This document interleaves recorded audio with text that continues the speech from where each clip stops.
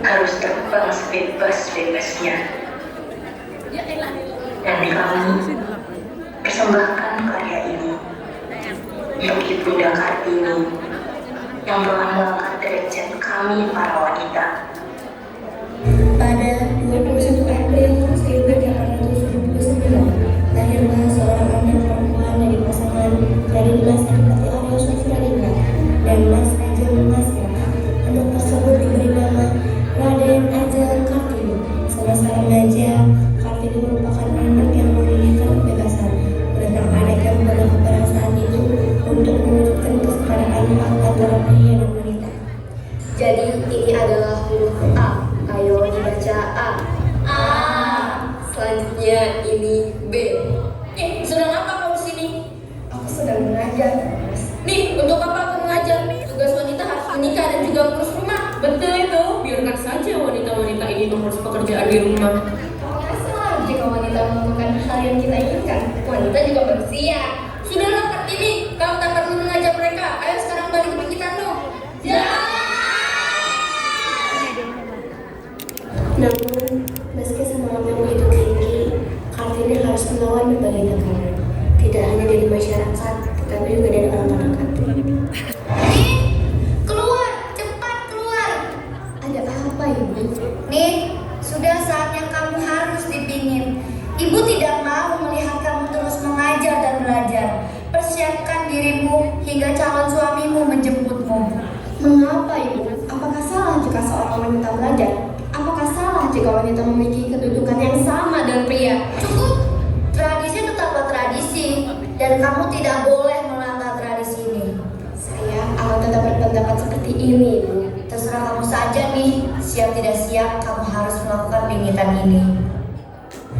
Meskipun tantangannya begitu besar, namun semangat Kartini untuk menggapai cita-cita tak pernah padam. Dalam perbincangannya dengan Romo dan Kartono, Kartini meminta izin untuk melanjutkan pendidikan ke Belanda, sebuah langkah besar dalam perjuangannya. Saya ingin meminta izin untuk melanjutkan sekolah di Belanda. Apakah diperbolehkan? Trinil, apakah kamu sangat menginginkan sekolah di Belanda? Benar, Romo. Trinil sangat ingin sekolah di Belanda dan ingin menggapai cita-cita. Baiklah, Romo mengizinkanmu. Apakah kamu sudah memikirkannya dengan baik? Sudah, Kang Mas. Tuan, saya kurang setuju dengan pendapat Diajeng Kartini tentang sekolah di Belanda. Kenapa? Jika ibu mendengar, mungkin beliau akan marah, Tuan. Terserah adik saya saja, bagaimana nantinya? Namun, impian tersebut harus terhimpit oleh tradisi dan harapan keluarga. Ibu tiri memaksanya nikah membuat Kartini harus memilih antara cita-cita atau patuh kepada adat. Kamu harus bersyukur nih, karena ada orang yang melamarmu. Apa yang harus disyukuri dari seorang laki-laki yang sudah memiliki 3 istri, Ibu? Sudah bagus bupati yang melamarmu, bukan petani. Saya akan tetap menunggu proposal dari Belanda. Proposalmu itu belum tentu disetujui. Mungkin sesaja ditolak, tapi lamaranmu itu harus jawab dalam waktu 3 hari. Saya tidak mau membuat Romo kecewa. Mohon maaf, Ibu. Mohon maaf ibu, izinkan saya berbicara kepada adik saya. Kamu bisa meminta tolong kepada Romo untuk membatalkan proposal itu. Saya tidak mau, Kang Mas. Sekarang semuanya sudah jelas. Kamu itu hanya memikirkan dirimu sendiri. Egois kamu itu, Kartini. Saya tidak mau, Bu. Maafkan Kang Masmu ini.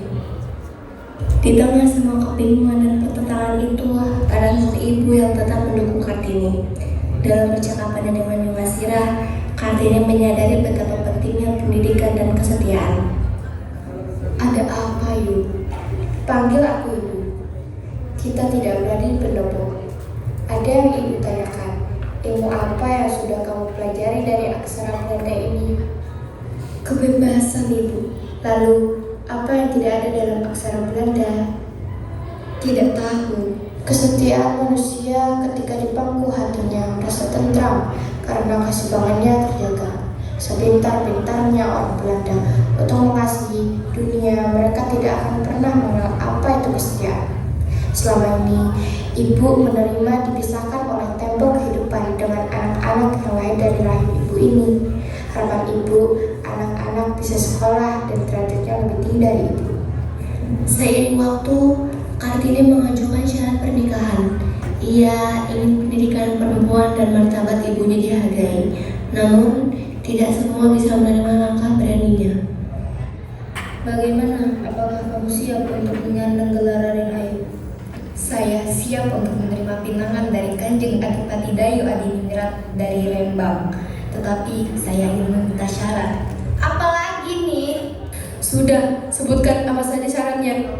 Pertama, saya tidak mau membasuh kakinya dan tidak mau dibebani oleh berbagai perintah sopan santun yang rumit. Serta saya mau diperlakukan seperti orang biasa saja. Yang terakhir, cukup nih, kamu hanya memikirkan dirimu sendiri. Ibu tidak akan pernah membiarkan itu terpenuhi.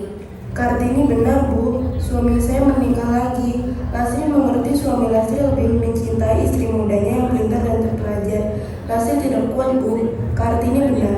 Lanjutkan, Bu. Bayumu ini mendukungmu. Terakhir, saya mengharuskan calon suami saya untuk membantu mendirikan sekolah untuk perempuan dan orang miskin. Saya juga ingin Yumasirah tidak tinggal di rumah belakang, tapi di rumah depan. Serta saya ingin semua putra-putri Romo memanggil Yumasirah dengan sebutan Mas Ajeng, bukan Yu lagi. Cepat, tulis syaratmu lalu kirim ke Bupati Rembang. Mohon maaf Romo, izinkan saya menulis surat ini Romo. Saya anak yang paling tua, sudah jadi bukti saya sebagai kakak untuk melindungi adik-adiknya. Dan saya akan membantu untuk mengantarkan surat itu langsung ke Bupati Rembang, Romo.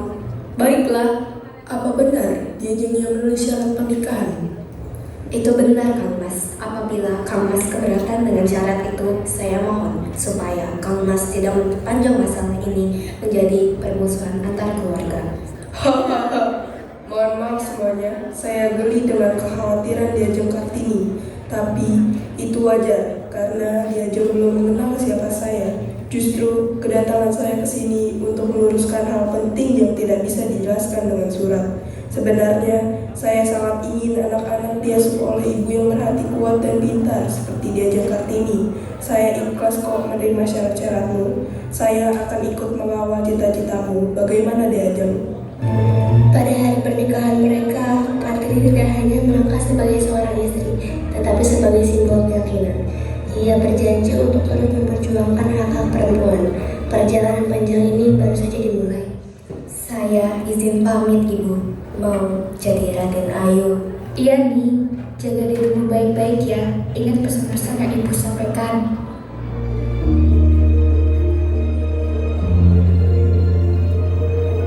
Setelah pernikahan dilaksanakan, Kartini dan Raden Agung Joyodiningrat pergi ke sekolah melihat murid-murid yang sedang belajar di sekolah yang sudah Kartini impikan.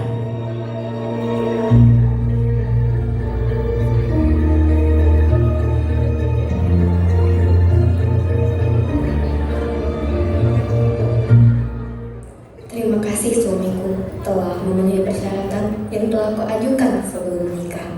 Sama-sama Dek Kartini.